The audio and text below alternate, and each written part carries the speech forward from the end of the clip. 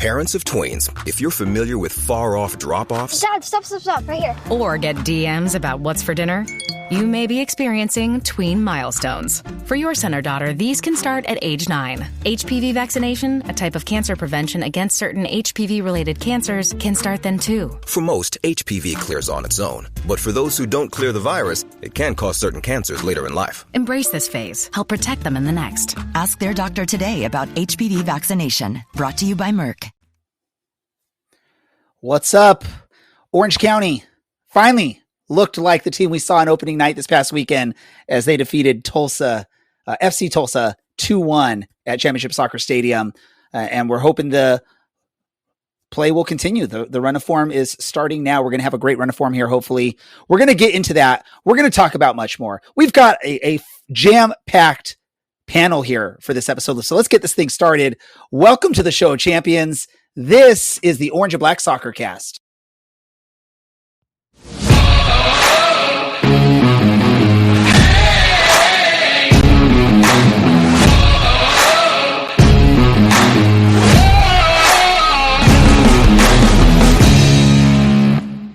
How's it going, Orange County? Welcome to another episode of the Orange and Black Soccer Cast, the first and only show dedicated to Orange County Soccer Club, its fans, and supporters. I'm your host, Ray Samora. I'm here to take you through this journey as we discuss all things Orange County Soccer Club. Helping me out for this episode, again, a big panel here going on, so we're going to get through this quickly. First, we got Brad. Brad, how are you? Long time no see. How are you feeling? Yeah, between work and, a new location. What's this? I'm in a new house. Well, not new to me. Yeah, it's just nice to be back on the show, and it's a good experience to have a win to talk about. Definitely. Also helping us out for this episode. Apparently, I just learned today that you're the reason this person stuck around and kept returning. So let's bring him on, the bearded one himself, and that is Larry. Larry, I don't know. Should I thank or should I punish Brad for this? Hey, I don't know. Let's leave that up to the fans. They can put comments in the YouTube comment section. Thank Brad, hate Brad for him being responsible for me being on the show. Let me be honest, though. We keep you because Carrie's pretty awesome. Yes, she is. I don't know if she's listening or not, but, you're right. There we go. One other person that I can introduce right now, I think we'll have another one joining us later, but this is Andrew. Andrew is joining us. He covers this team along with other soccer in Southern California and has been helping us out from time to time with some content in Espanol. Andrew, welcome to the show. Thanks a lot. Yeah, no, it's good to be back. It's been a little bit. I had my debut last year, but a little bit of a hiatus, but it's good to be back talking OCSC with you guys. Oh, and look, Carrie pops in to say hi to Andrew. No, we're glad to have you back. And let me just say thank you for, your coverage of this team and anything you're doing to help us out in that coverage as well, because that's always much appreciated. So again, I believe Dylan's going to join us. Hopefully he'll be here in a little bit. Once he's here, we'll let him say something, but we're going to get into a little bit of, what we want to talk about. Right. And that's this past match, or the match this past weekend, that saw Orange County defeat FC Tulsa at Championship Soccer Stadium 2-1. I'm going to go to you first, Larry, because you had the perfect view of some of the action on the sidelines. Larry, what did you see in this match from Orange County that, just go ahead. What did you see in this match? I will tell you all what I saw. I saw what we have all been waiting for. I saw a team that was connected. I saw a team that was feeling each other. I saw a team that was moving the ball with confidence. I saw a team that was playing defense beautifully. And I saw an attacking offense that should scare the holy frattor out of the rest of the USL Championship. This team looked so good. There were so many good things about Saturday night. I can't even begin to list them all, but just to name a couple, obviously our guest coming up here in a little while in Lyam MacKinnon. The defense, I really, really liked watching Santos and watching Latinovic. Is it Latinovic? Is it Latinovic? We're going to have to find that out for sure. I really like the way they played. I like the way Vuk and Tom played together there in the back. I just nothing but positive to say. This is the team that we have been waiting for since week one. And it's not even the team that we saw week one, because that was a very weak Oakland team that we played. And this was a very good Tulsa team that we played. It was beautiful. Y'all should have been there. I'm going to say it was video. It was beautiful from where I was watching it on the stream. It looked like an amazing match. I'm going to go to you, Andrew, because obviously you follow the team really closely. You're covering them quite well. What did you see from this team that excites you and sort of takes you back to the fond memories of the first match of the season, where we all had our hopes high and we were looking forward to a really, really great start to the season? What did you see from the team this past weekend? Yeah, I think I agree with Larry. The big thing was that connectedness, it felt like a unit out there, really understanding what the game plan was and knowing how to execute. So there wasn't, I think, a single thing that I would want to change. But the biggest thing that I really, really enjoyed that has me motivated is the fight that this team has. It was a really physical game against Tulsa, especially towards the end there. It got really chippy, but they stood up to the task. It's not easy to have to fight through it, especially, on a slick pitch. Just everything is so much faster. It felt aggressive, and the team, they responded very, very well. So it was really great to see that, and it felt like something that we could build momentum off. Got a good game coming up on the weekend, but, it's time to start collecting those points, and this game felt like a great platform to go ahead and do that. But yeah, just talking to Danny Stone after the match, he kind of, I'm sort of just reiterating his words. The game, they knew it was going to be a physical game. They prepared it, and again, I think execution is just a key. They really were just switched on, turned on. And like Larry said, it was really great to see. Brad, let me ask you a question here with this match, because if not for Tulsa's goalkeeper, this score could have been a lot more lopsided for Orange County. How many goals do you think we would have scored? Tell us your overall thoughts on this match. How many goals do you think we would have scored if the goalkeeper for Tulsa wasn't on point in this match? Yeah, you literally stole the thought out of my brain. Peñaranda really had a game for himself. Orange County had 22 shots that game. I think 7 of them were on target, and he made really 5 good saves on a lot of those shots. I also want to just point out, Tom Brewitt going out with an injury is going to be a big miss.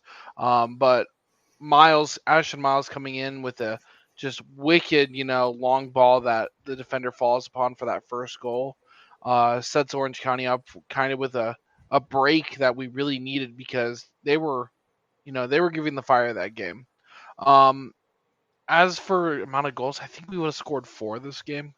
My one gripe about the game is we still can't seem to hold a clean sheet. We haven't had a game where we haven't allowed a goal in, and I don't know if that's more of a defensive breakdown or if it's just, other teams are finding out ways to score against us. However, a brace from Lyam MacKinnon is just wonderful news. Much needed, much deserved. The guy is a killer, and he's doing good things in the league right now.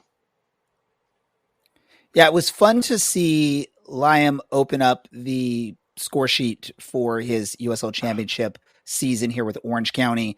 I'm expecting some big things with that. You got the sort of the goal is now open for him. I think he's going to be able to score some goals with that. But we got to make sure we give tons of credit on that first goal to Ashton Miles. That was such a beautiful feed. I understand the slippage by the defender for Tulsa basically creates that opportunity, makes it an easy opportunity. Not the easiest of opportunities. You still have to beat the goalie, but that pass was perfect. And I love, there was a great angle of that pass on the stream where you just saw the bend. You saw that ball just curve and take a perfect spot for Lyam to get to it and work that one-on-one with the keeper. I know, Larry, you were right in front, right next to the goal there. There I am. You're in the stream celebrating pretty much with the team, or at least getting video of it. Were you able to see that pass from Ashton, and how did it look from your angle? Unfortunately, being all the way down at the far end of the pitch, and I'm looking at the play through my phone because I'm looking at to get video of it. So I didn't really get a good angle on the pass. I saw I looked up right when the defender slipped. So I didn't get to see the pass. I watched it. I rewatched the game today, and yeah, Ashton absolutely dropped a dime right there. It was perfect. Could not have put it in a better place. And yeah, and that finish by Lyam was that's world class. Getting a chip is not an easy thing to do. I mean, at least that's what I've heard. I've never scored a goal in soccer in my life because I didn't play any competitive soccer. But that can't be easy to get the goalie coming at him. You got a defender in his hip pocket. And just to chip it over like that is just a class finish. Not really sure what else I can say about it. I mean, great job. And Ashton defensively in place of Tom, he was fantastic on Saturday night too. He definitely was. Let's just go to the EAFC reference on that goal, that first goal from Liam. It was a cheeky attempt, a cheeky shot on goal from Lyam MacKinnon. Let me ask you this. I'm going to go to you, Andrew. Your thoughts overall on the referee performance in this match, because I know there was a lot of negative talk on socials and probably in the stands as well from what we saw. What were your thoughts on the ref in this match? Yeah, definitely an interesting question. It's funny. One of our CLC friends, Luke, during the first 20-30 minutes, he was telling me how he wanted the referee's card. Tyler, I forget his last name, but he thought he was doing a great performance. We're definitely getting a lot of calls in our favor, which I think probably fueled that opinion a little bit. But yeah, I mean, it started out pretty good. I thought he was calling a fair game, wasn't calling fouls where maybe there wasn't, was letting it play on 50-50s. But yeah, just toward the end of the game there, it really got a lot more physical, and it felt like it started to get away from him a little bit. I was speaking with Chad, our director of communications, a little bit after the game before we got to speak with some of the players after. But yeah, it really does have massive ramifications. I think the big one that everybody's going to be talking about is that elbow to Kyle Scott. That was, it was obviously brutal. The ref should have had a great view of it, and it really should have been a red card. And I believe if Chad remembered this correctly, which I'm sure he did, the guy who did that, he's a Tulsa's top scorer. So to have him missing in the next game, it does have big ramifications for the rest of the league, especially us, seeing as we're just a couple spots behind them. So it always sucks to see something like that happen, but ref is never going to be perfect. I think we're always going to have complaints about a referee. It just felt like it got away from him at the end there, and definitely not good to see. You don't want to see any of your players essentially take an elbow to the face. This isn't the WWE. You want to be talking more about the actual footy, which was also great in this match. But yeah, a mixed bag, I would say, for a referee on that night. Yeah, that elbow to Kyle Scott, and if I'm correct here, the ref was not far away from that whole play out there. And I was shocked, and I wish we had the audio from the stream, the announcers on the stream, their reactions when they saw the replay. I believe this is not a verbatim quote, but it was like, oh my God, or oh my gosh, or oh no, both of them at the same time when they see the replay at first. And I believe both of the announcers were also basically saying that should have been a straight red. From what they saw, there's really no excuse on that. Brad, I'm going to get your quick thoughts on this, and then we'll move on to some other stuff. Yeah, it was a missed call. Didn't change the result of the game. Plain and simple. Luckily, didn't change the result in the match. I want to get onto. I want to talk a little bit more about Lyam MacKinnon, because I know we started talking about him, but obviously there's high expectations for him this season for Orange County, coming from League One as the Golden Boot winner, and expecting a big impact for this team, putting goals in the back of the net. And he has struggled up to this point. We none of y'all were here last week. I talked about this last week on our show. And really quick, I just want to get a replay so y'all can hear what I was talking about last week.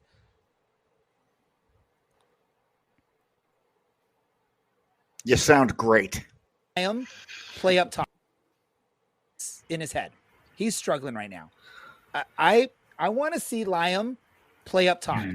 I know that's not a natural position for him, but with Zubak out, I want Lyam MacKinnon playing up top. I think he would be more successful up top than War. I wish Coach Stone would try it out. Obviously, he's more of an expert than I am on this. But hey, I've dabbled in coaching at the youth level. I like to make some crazy changes to try something out, but I think he needs to see the ball get in the back of the net, and I think the best way for him. So hold on, wait, Ray, before you say anything, did you just compare you coaching 10U soccer to Danny Stone coaching at the professional level? Sorry, let's get it correct. It's U13. U13, Larry, was where I last coached. But let me just ask this. Is Coach Stone potentially listening to the show and taking advice from Coach Ray? Who knows? Because that was the first time I said that was last week. And what do we see this week in the match is Lyam MacKinnon up top. And what were the results? Goals scored, 2 goals by Lyam MacKinnon. And if you listen to more of the conversation, I did talk about he has the ability to have back to the net, get that ball turned and get power behind it. And if you look at that second goal he scored, that's exactly what happened there. Producer Andy, you're jumping on here. I'm sure you're going to rag on me a little bit about this. I'm not going to rag on you. I'm just going to say no. I had to put out there because I know how much Brad and Larry, and I wish Dylan was here today because he probably would have had the greatest reaction to that video. I know how much y'all hate when I talk about that. But I thought when I saw the lineup and I saw the way we started, I'm like, OMG, that is freaking really cool there, because that's exactly what I wanted to see happen. And it happened. And I'm hoping it'll continue to happen, at least for the time being, until we can get Ethan Zubak back there. And who knows, even with Ethan back and Traeger back, Lyam may be making a case for him to start at that number 9 position. Andrew, I see you shaking your head. Your thoughts on all that? Yeah, I agree. First off, I do think that your hat was a little bit of foreshadowing as well. Let's get cheeky. And like you mentioned, Lyam had a pretty cheeky goal. So I think you're just orchestrating that. You had your crystal ball on that night. But no, I agree with that. I think we all really liked what we saw from Lyam. Obviously, a brace is a great argument for yourself. It felt like one of the better performances we had up top. He felt the most impulsive, I want to say. He just imposed himself on that game. So I do think that Coach Stone has a pretty interesting decision to make. Yeah, I mean, I love Mohamedou War. I'm not sure number 9, that striker position, is suited to his talents. We got to see him a little bit on the wing at the end of that game, and I don't know, he's just a quick, dynamic player. He could be a thorn in the side of his attack, in the side of defenders. I'm sorry. And, he's got really good bunnies for someone of his height. I remember being on the sideline, seeing him win a good header against, obviously taller defenders. So one of his goals comes from a header. So I think he's got a lot of great attributes. But I feel like with the players we have, just MacKinnon maybe is a little bit more suited to that role. And yeah, maybe more so than Ethan Zubak right now, at least. He looked really effective. Let's see if he can keep it up. But it's going to be an interesting decision from Stone. Yeah, part of the reason there was 2 reasons behind that last week is Lyam just needs to see the ball hit the back of the net, and that's what better place to do that than at the number 9. But I also look at him as he's probably behind Ethan Zubak, the most physical attacker on the front line for Orange County. When you watch him out there, he looks strong on the ball. And again, he's probably, even counting Ethan Zubak, he's probably the one player on our team that can score with his back to the back to the net, back to the goal, and just turn around and blast it. We saw that on that second goal. That was pure power behind that shot, and that was from a quick turn. That wasn't, cocking back your foot and putting it through, taking your time. That was a legit quick strike. Any last thoughts on this, Matt? Oh, go, Larry. I'm going to say, I felt like that ball was actually moving faster when it hit the back of the net versus when it left his foot. If I could do a last thought on the game, and I'm going to go back a little bit to the refereeing. As a sports official, your job is to be consistent. You can be consistently bad. You can be consistently good. You can be consistently down the middle. And the female announcer on the game, when the ref, Trevor, whatever his name is, pulled out the yellow card at 1 minute and 30 seconds, he set the tone right there for how he was going to call this game. And then he blew the whistle on us just, I don't know, maybe 2 minutes later. He set the tone right there. And then I felt like he lost his whistle and he lost his guts to make those calls. And that made him very inconsistent. And inconsistency in a sports official is what will get you in more trouble than anything else as a sports official. I will say I figured that there was some loss of control. There was that incident in the box with Partita where he stepped over one of the Tulsa players. Two of the Tulsa players reacted with some shoving, where one of those shoves pushed Partita into Colin Scheller almost, and I think knocked both of them down to the ground, or at least partially to the ground. And the fact that there were no cards issued, and I obviously will say Partita deserved a card in that moment for instigating it and stepping over the player. But also, I think the two Tulsa players that got into some shoving also deserve something there. So there was that moment there where I looked at it and saw, okay, yeah, I see what you saw, Larry. Early on, there were some strict calls. There were some early cards shown. But when there is no issuance of a card in that sort of scuffle that took place in the box, that's where I sort of worry about the sort of what's going on with the ref and all that. And then obviously the Kyle Scott elbow, that was a blatant elbow to the head. And the ref is like 5 to 10 feet away from all that happening. And knows it happens, saw something because issued a yellow card. So obviously the ref saw something, saw what happened there. And it baffles me that it was just a yellow. Any last thoughts on this match, Brad, before we move on? Nope. I'm ready to move on. Brad's ready to move on. And I would assume everyone else is ready to move on. So we will go ahead and do just that. And we will move on.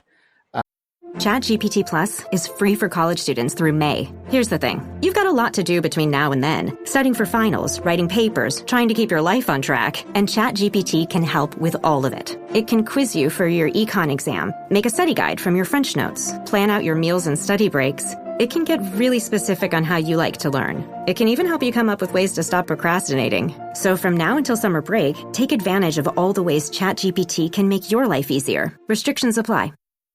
Morning decisions. A creamy mocha frappuccino drink? A sweet vanilla? Maybe a smooth caramel? Or that white chocolate mocha? Whichever you choose, delicious coffee awaits.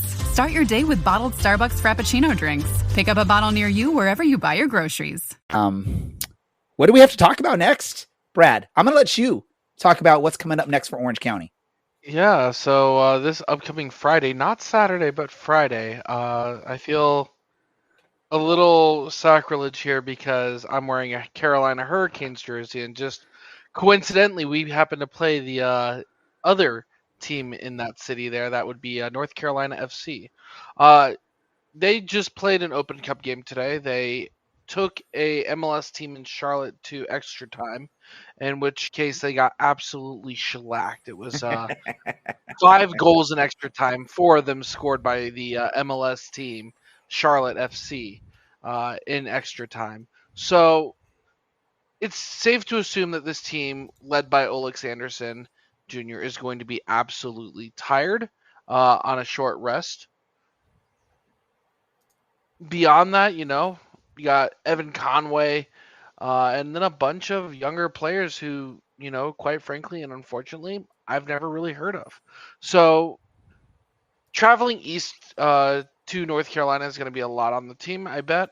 However, it should be competitive. Wake Med Soccer Park is an absolute, fun place to go. I used to go there as a kid. I'm going to ask you this, Andrew, because I'm going to be honest. I know nothing about North Carolina FC, and be honest with me, I would assume Larry doesn't really know much either because he's sort of usually similar to me. That's why I let Brad do the introduction with this. Do you have any knowledge about this upcoming opponent for Orange County or any thoughts? I looked into them a little bit before the game, but to be honest, no. I was even considering asking if this was like a new expansion team. I don't remember playing them before.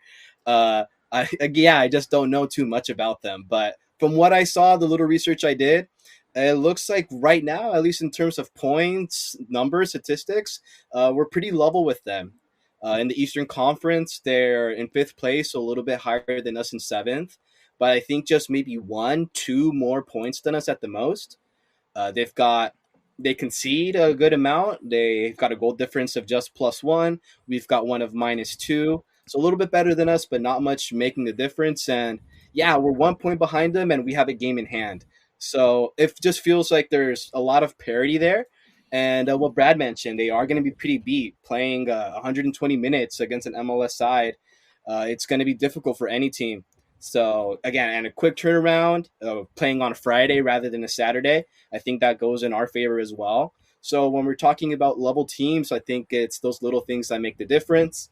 And I feel like with the confidence that we have from this game against Tulsa, we know how to play tough games. This might be another one of those cases. So I think the fatigue factor is going to come in a little bit. And yeah, with our confidence versus their fatigue, it feels like that might be enough to put us over the edge. But yeah, I mean, it sounds like a pretty new opponent for us.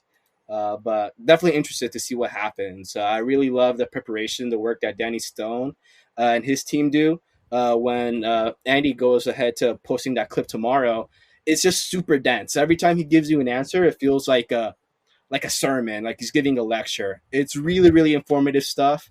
Andy and I were talking, not necessarily great for social media, for the TikTok generation, but if you're looking to learn and understand how this team plays, talk with Danny Stone. It's really, really great stuff. So excited for everyone to see that clip tomorrow, get an idea of how they plan it and how we'll be planning for this game.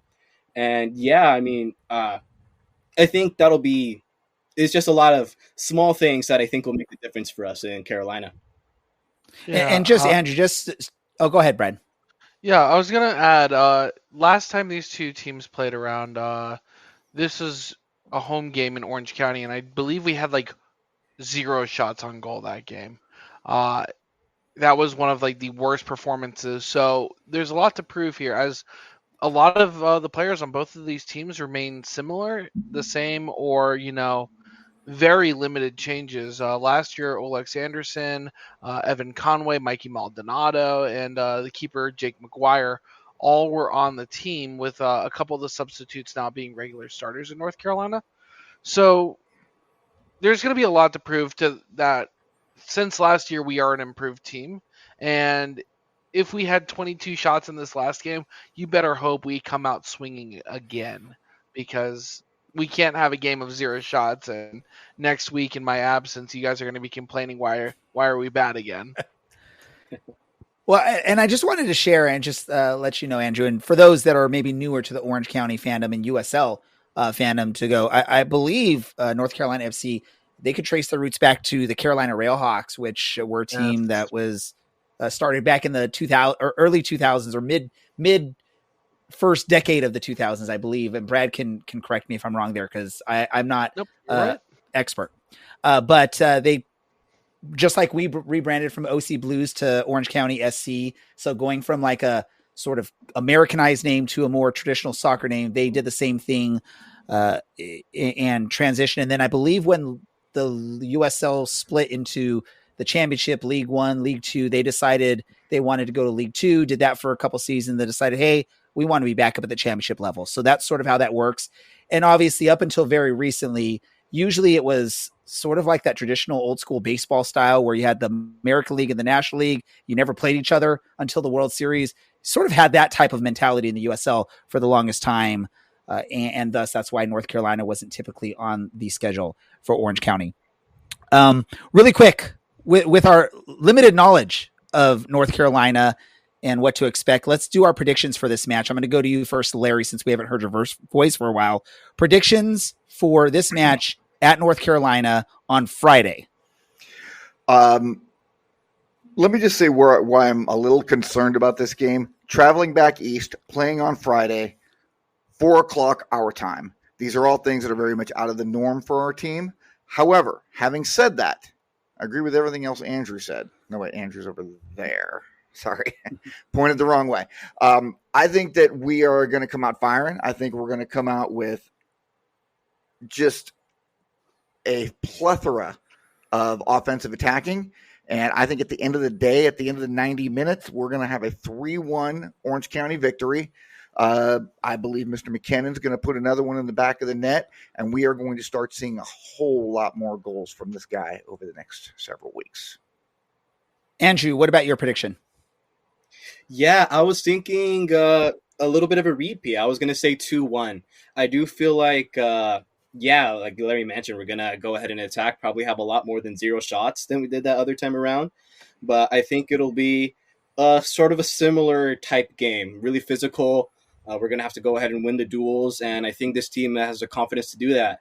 I do feel 2-1. I'd love to say a 2-0, but I do feel like let's just make it a little bit more exciting, right? So I'm gonna go ahead and stick with that 2-1. But I think it'll be a good game for sure. And Russell, listening live on the chats, comes in with a 4-1 OC victory in North Carolina. Brad, before I give my prediction, I want to hear yours. Probably, I'm going to say 2-1 OC. 2-1 OC. Michael Liu, again, listening live, saying 1-0. He thinks there's going to be a return of shutout Shuttler in this match at North Carolina FC. I'm going to go with a 2-0 victory. Again, I'm hoping for a return of shutout Shuttler. Hopefully, with that, all of us picked Orange County will score some goals.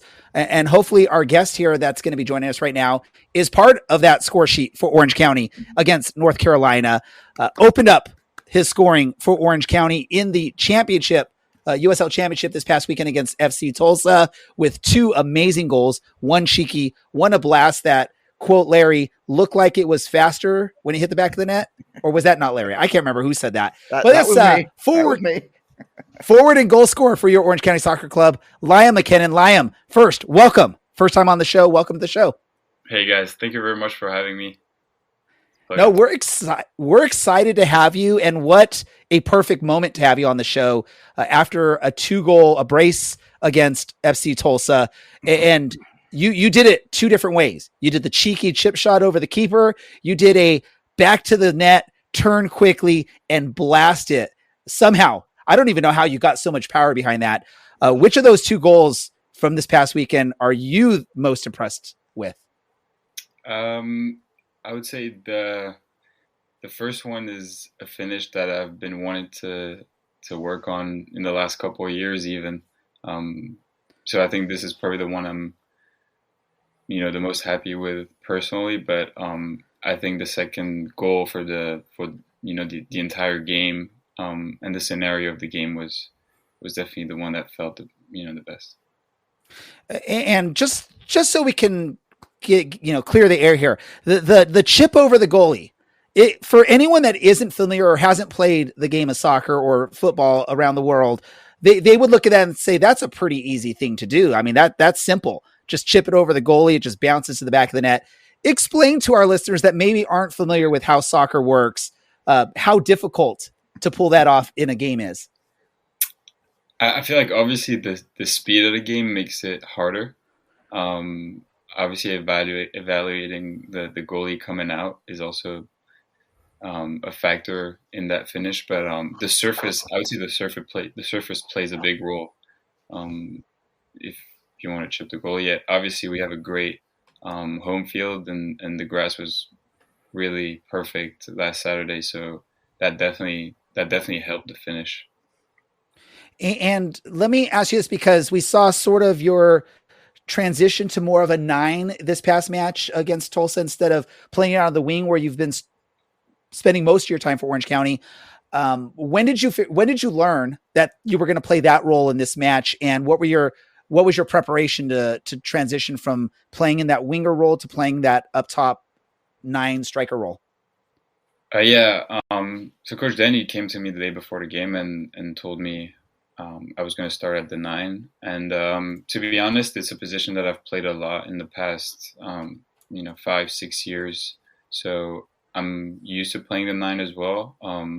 I've mainly been playing winger on the left side the last couple of years, but I'm also comfortable playing at the 9, and that's something I'm used to. So I'm always happy, to play anywhere at the front 3, whether it's on the right, left, or up top. So it didn't change really anything to my preparation. I just wanted to help the team, hold the ball up and especially in the game. And then obviously if chances come, it's my job to finish them. So yeah, I was happy to going into that game at the 9.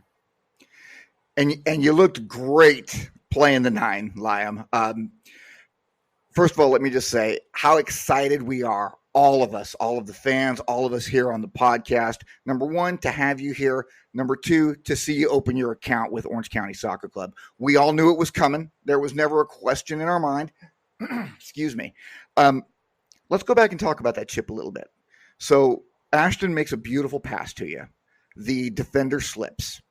You've got the other center back. He's right on your hip. You've got the goalie coming at you. With your years of playing this game, and I imagine you've been playing it since you were, 4 or 5 years old. In a situation like this, does it slow down for you?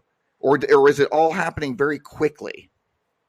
I think it's true that the mental side of, especially being a number 9, is definitely a big factor.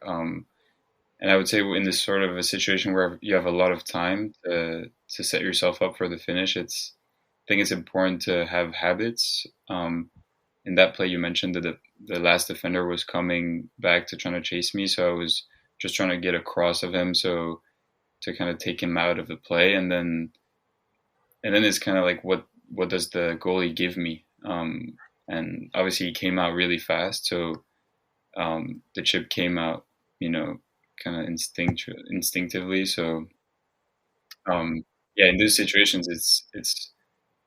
I think the most important thing is to really have habits to rely on to execute the finish. Definitely executed like a champ. The entire team played probably as well as we have seen them play this year.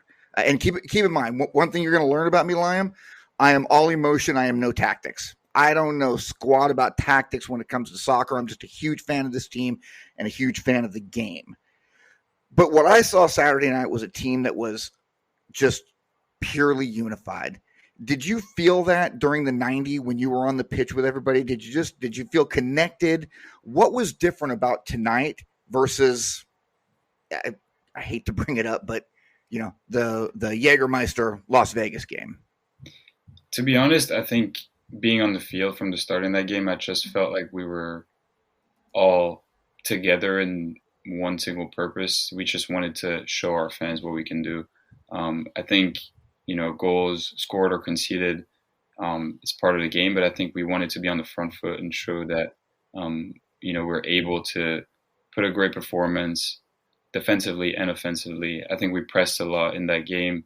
I think that was also to show that, we want to, we keep fighting, even though the results were not going our way the past games. I think that was a great show of character of our team. And being on the field, I definitely felt that from the first half, even the first 10 minutes, I feel like we were on the front foot, getting a lot of corner kicks, getting a lot of shots off. So I did feel that energy and that that feeling of being united on the team and on the field. So yeah, I felt the same way as you did from the outside, for sure. Awesome. One last question. This is something I like to ask all of our guests, all of you guys who come on the show. You're 24, 25? 25. At what age did you realize I'm pretty damn good at this? I just might be able to make a living at it. How old were you? That's a very I was probably, I think, around teenage years, maybe. Around 15, 16, 17, those years. It's always, I think for me, the biggest thing was seeing players of my age kind of climb the ranks and, sign professional contracts, and seeing, I took it as inspiration, I would say. So maybe some guys, they can see it as like, oh, my friend is so ahead of me already, but I kind of took it as, if he can do it, maybe I have a little small chance, and then kind of year after year, going to college and steps like those steps I took, I think I started to realize, okay, I maybe have a chance, but you never really, I guess you never really know until, you sign that first professional contract and you're actually playing. So I'm still waiting for that. Yeah, but I think those teenage years is really kind of where you know if maybe you have a shot at it. Gotcha. Okay. Hey, Lyam, again, Awesome, beautiful job Saturday night. Keep firing, man. We are all behind you. I'm going to turn it over to Brad. Brad's right up there above me, and I'm going to let him talk to you a little bit. Yeah, Lyam, obviously, you were USL League One Player of the Year last year, a Golden Boot winner. However, before that, I don't believe you really played much for a couple years in American soccer. So there was one game, June of 2023, you had a breakout game, scoring a hat trick in 22 minutes, and then a fourth one to top it off in the second half against Red Wolves for Greenville. Was that kind of like your coming out party for like putting the league on notice and saying, I'm here to score a lot of goals and to be, a pretty darn good player? Yeah, I mean that game in 2023 was yeah, it was kind of a crazy game. I was fortunate enough to get 4 goals in that game, but like you said, it was my rookie year, so it was really about figuring out consistency at that level. I felt like I definitely had the potential to do well in that league, but it was hard to really find my rhythm game after game. So I would have, a really good performance once in, every 4 or 5 games. And my goal my second year was to really find my consistency. If I can get 3 games with a goal in each game, is maybe better than having 1 game with 3 goals and then not scoring for 5 games. So, but I'm still learning, every day. So I also try to take advantage of those experiences you mentioned in my first year in Greenville. So for my first year here. So yeah, it's at the time, I think it was a feeling of, okay, I'm able to do it in 1 game, so I should be able to do it again. But obviously I didn't know at the time that it was going to materialize in my second year the way it did. So yeah. Awesome. My next question for you is, oh man, why am I already blanking on my question? Much apology there. I'm just gonna go ahead and pass it over to Dylan. Shopping is hard. I can never find anything in my size. I don't even know my size. I buy my clothes the same place I buy my groceries. There's a better way. Make it easy with Stitch Fix. Just share your size, style, budget, and done. Your personal stylist sends pieces picked just for you. That was easy.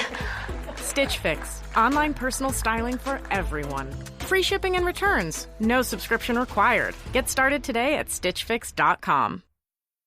Ladies, you'll end up shopping for your guy's deodorant, right? So try Degree's Original Cool Rush. You see, last year, Degree changed the formula, and men were mad. One guy even started a petition. So Degree admitted they messed up and brought the Original Cool Rush scent back. It's clean, crisp, and actually smells like someone you want to cuddle. And it's in Walmart, Target, and other stores now for under $4. So toss one in your cart and find out why it's the best-selling men's antiperspirant for the last decade. Degree Cool Rush is back, and it smells like victory.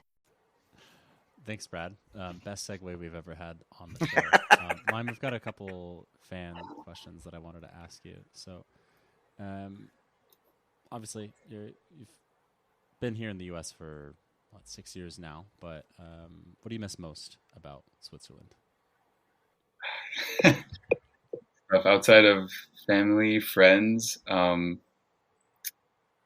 usually I would have said the views, because there's some pretty nice views in Switzerland. But to be honest, it's getting really close to it in Orange County. We have also beautiful sunsets, and so it's hard to find, really one thing outside of really the connection with people that I have in Switzerland that I miss a lot.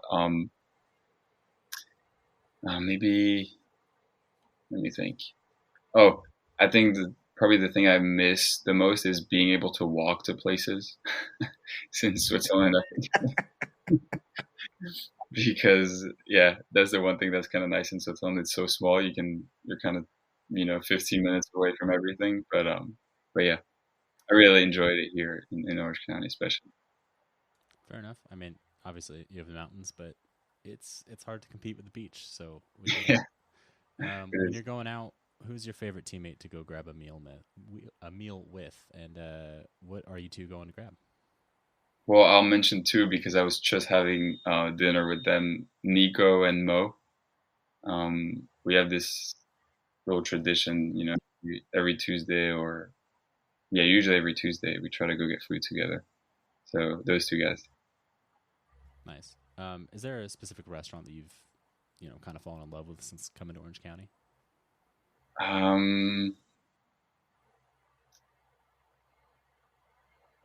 There is a sushi place. I think it's called Tomikawa. It's really good. I think it's closer to Irvine, so like center of Irvine. So it's a pretty good place. Got it. And then I've got one final food related one before I hand it off to one of these gents to jump in. What's your favorite vegetable and how do you prepare it? I would say zucchini because I guess it's a pretty versatile vegetable. You can make different things with it, fry it, boil it, I guess put in the oven.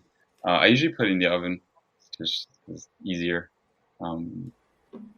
With some chicken breasts and day before the game, it's a good vegetable to eat. Good to know. Versatility is usually the key. Brad, I think you have maybe remembered what you wanted to ask. My brain fart has concluded, and unfortunately, it's the question I ask every player when they come on the show. Who do you model your game off of? Obviously, growing up, what player inspired you, to play the way you do? So growing up, I still am a Liverpool fan. So Steven Gerrard was my idol as a young player, even though we didn't really play the same position. So the one thing I was trying to take from him was just his mentality. He was the kind of player that could try to win the game by himself. He didn't always have the best team around, or he did sometimes have a great team around, but I felt like that was just a good example to follow, a good leader as well. So that was the player I grew up watching the most for sure. But nowadays there's so many. I try to take a little bit from every forward that I can watch, honestly at any level, because I feel like there's always something to learn. But at the moment, just at Liverpool, there's just so many good strikers at the moment. Mo Salah is doing so good right now. So many things to take from his game. So I would say at the moment, he's probably the one I enjoy watching the most. Awesome. I'll go ahead and pass off to Andrew. Yeah, thanks again for talking with us, Lyam. Thanks for answering my question at the end of that game yesterday. When we spoke, you made a big point about how hard the team had worked during the game, that you really love to see that effort. And I have a feeling that this next coming game in South Carolina is going to be another physical game that's going to require a lot of intensity, a lot of effort from you guys. I was wondering how you guys have been preparing for that game so far in the week. Has a message from Danny Stone been that it's going to be a physical game, get ready for that? Or has the conversation, the idea has been more something else?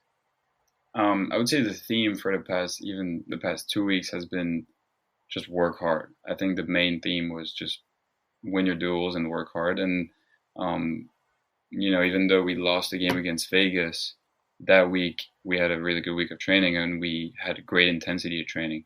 And sometimes it takes a little bit more than 1 week to show results. And I think against Tulsa, we saw, a great reaction, but I don't think it's close to even, our full potential, even from what we do in training and the intensity we can bring.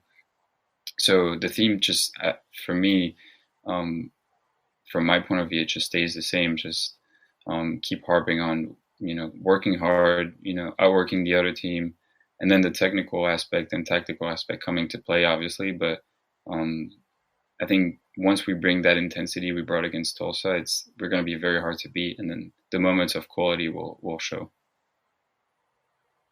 Awesome. That's definitely good to hear that you feel that this team ceiling is a little bit higher. That last game against Tulsa was definitely an exciting one. I think we're all very impressed. So to think that there's another gear still left in the tank, we're definitely looking forward to seeing that. I got one last one. On Friday, you and the team are heading up to South Carolina. You obviously really blew up in Greenville, South Carolina. I might have gotten that switched up north and south, but we're returning to that same region. How would you compare life in the southern United States to here on the West Coast? I would say the West Coast, at least, the Orange County area, LA area, is a little bit more slow paced. To compare it to the East Coast in general, because that's where I spent my first 5 or 4 years, my life in the U.S. But to be honest, Greenville is a very, peaceful sort of city where it's not that big. I think it has maybe 80,000, people living there. So it's a pretty similar vibe to it. Very calm, very, very nice, very clean. So it was definitely an environment that I enjoyed and that I can kind of find here as well. So those are the kind of environments that I enjoy working with. So that's my perception, I would say, on those two places. So it's going to be nice to go back on the East Coast, though. Awesome. I'll jump in here really quick. I want to ask you this, and we're going to get to a couple fun questions here and then wrap things up. But obviously you hear Lyam and Lyam probably quite often. Correct us right now, the final time. What's the correct way to say your name? Lyam. So you heard it here on the Orange and Black Soccer Cast. Anyone that's thinking of saying Lyam, it is Lyam. Let's get it right going here on out. But I've even messed up. I think I even messed up once on this episode, so I apologize for that. We're going to go into a couple fun questions here. The first one's going to relate to music. If you open up your Spotify or Apple or whatever you use for your music right now, what song's probably playing on it? Let's see. The Weeknd.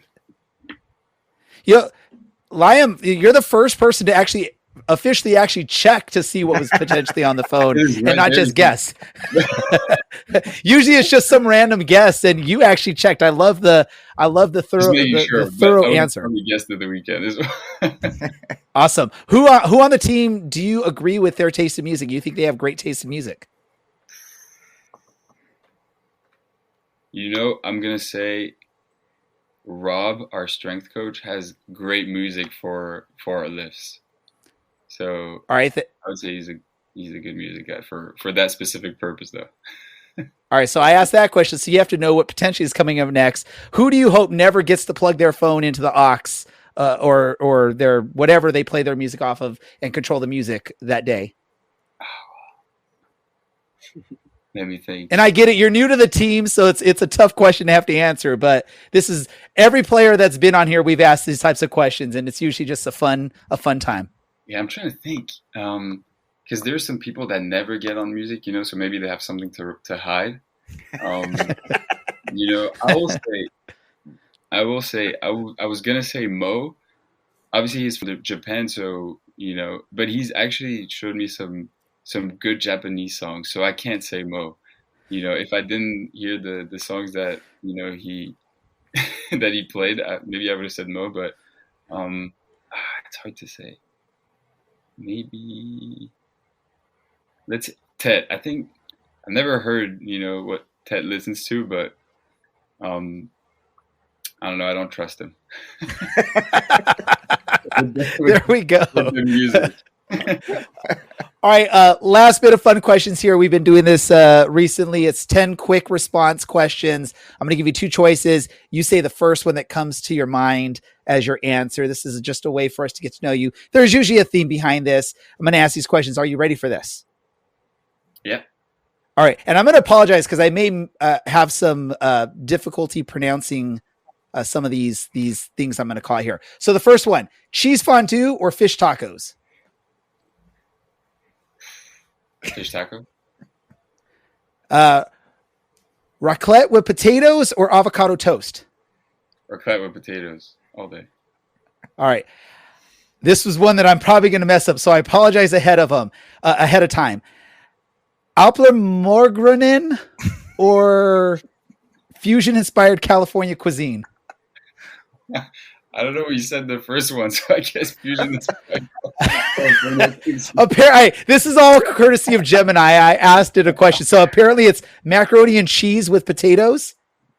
I don't know if that makes sense. Yeah. No, I'm not a big fan of that one, so I'll stick with All right. Yeah. All right. Swiss chocolate or artisanal ice cream? Swiss chocolate for sure. All right. So dense Swiss bread or pillowy soft sourdough from San Francisco? Swiss bread for sure. All right. Cured meats and sausages or fresh produce with lean proteins? Fresh produce, lean proteins. All right. A focus on dairy and potatoes or a Mexican Asian influence? Mexican Asian influence for sure. All right. Eating in a cozy mountain chalet or eating beachside at a casual restaurant? Beachside. All right. I'm going to mess up this next one. And you probably, I guess I might butcher it so much you might know what it is. Burcheramusli. Okay. I don't know if that's correct. Or breakfast burrito. Muesli. All right. What is that for those that don't know? It's just yogurt with sort of like an oatmeal in it already in it. It's pretty good. All right. And then last one. I ate it all the time when I lived in Europe, right? Yeah. I know Larry's laughing at me because he probably knows exactly how to say most of these words and I'm butchering them all. Last one. Simple regional ingredients or a diverse culinary landscape? I would say diverse. All right. And the bonus question here. Do you know what I typed into Gemini to get these 10 this or that questions? Can you guess? I would say you typed I guess Swiss food against California food. That's that. Ding, ding, ding. You got close enough. It was Southern California food, but for some reason they threw in the sourdough bread from San Francisco on that. Lyam, thank you for participating in that. And thank you for not making or laughing at me too hard for some of the butchering of the words like Larry was doing in the background. Any last message you have for any of the fans that are maybe potentially going to make the trip out to Cary, North Carolina, or at least we'll be watching this match live on the streams. Any last message for them and the rest of the season as well? Keep coming out. It's a huge help for us. So especially, we felt in the last game, it was a bit rainy, but so many came out to support us. So yeah, keep coming out. And we're going to have a great rest of the season for sure.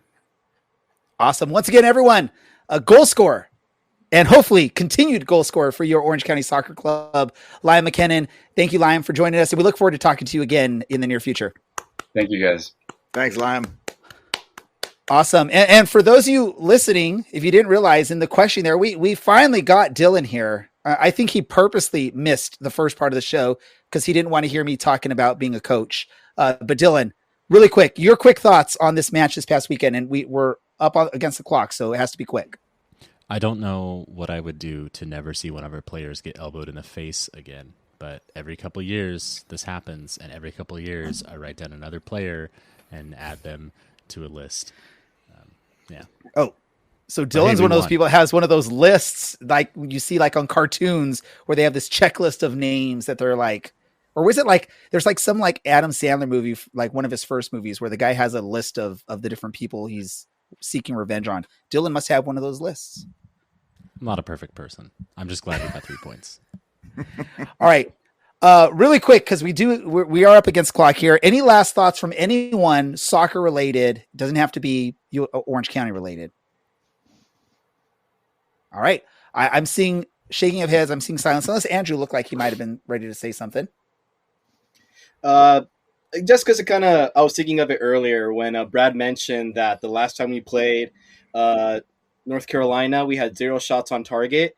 As some of you guys know, the other team I cover is the LA Galaxy. I want to say that, with a quiet voice around these parts. But last weekend, they lost against the Sporting Kansas City, who had 0 shots on target. So I would say that even if we do end up having, 0 shots, knock on wood, we might still, get a result. You never know how things go. So that was just an interesting thought, just reminded me of that 0 shots on target. Holding your opponent to 0 shots isn't necessarily a guarantee of a win anymore, but the Galaxy are doing pretty poor. Our OCSC are definitely in a much better position. That's part of the beauty of this game that we call soccer is anything can happen on any given match, including winning with 0 shots on target. Woo. Well, let's do this. We're going to talk about what we learned this episode. I'm going to go first just so I can get this out of the way and y'all can't claim this. I've learned that I cannot pronounce certain words that are not typical English words, and I will take ownership of that. And Dylan's shaking his head. I can't even pronounce typical English words correctly. Yeah, so that's exactly what I had to say. I was like, buddy, you can't even get this language down. Don't even try I just to get cannot, one going. I cannot get words right. Let's just say that. Brad, what did you learn in this episode? Oh boy.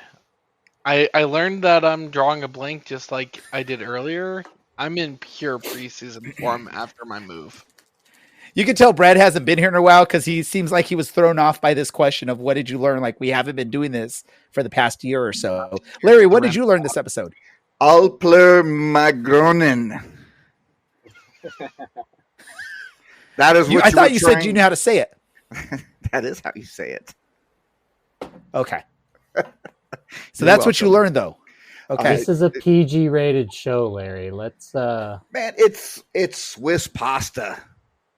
It's all.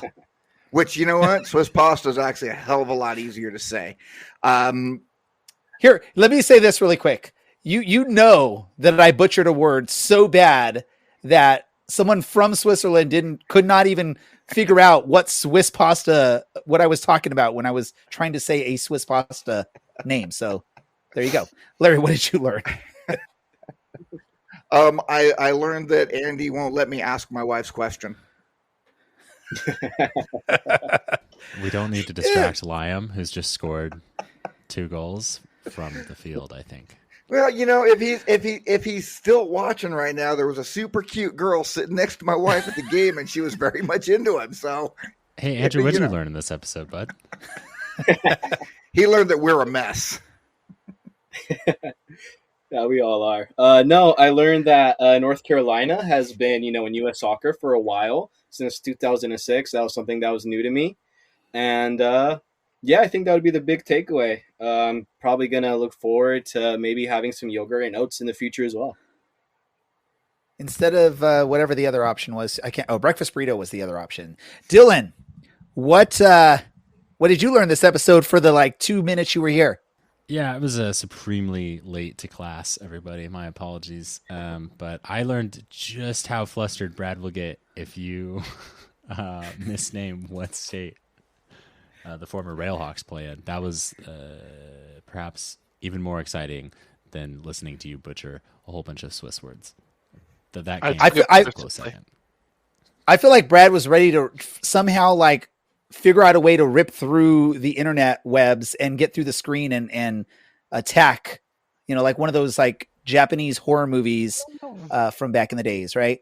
I'm not violent, but I am passionate about where I'm from. You turned red. You turned as red as that shirt, Brad. You were ready to do some damage. Well, we got to wrap things up here or I'm going to get in trouble for going too long and just rambling on. So I want to thank everyone that's been a part of this show. My co-host for this episode, including Brad, Larry, Dylan, guest Andrew, who's welcome back anytime. And also our guest from Orange County Soccer Club to a brace this past weekend for Orange County, Lyam MacKinnon. Hey, producer Andy also, and all of y'all that participated in the chats, listened along, had fun with us. Thank you for doing so. Remember to like, share, subscribe in any form, whether it's on social medias, on YouTube, on wherever you listen to your podcast. Make sure you do that. That helps get our show out there to the big public and more people can find us and listen to us. Hey, this has been the Orange and Black Soccer Cast. We are out.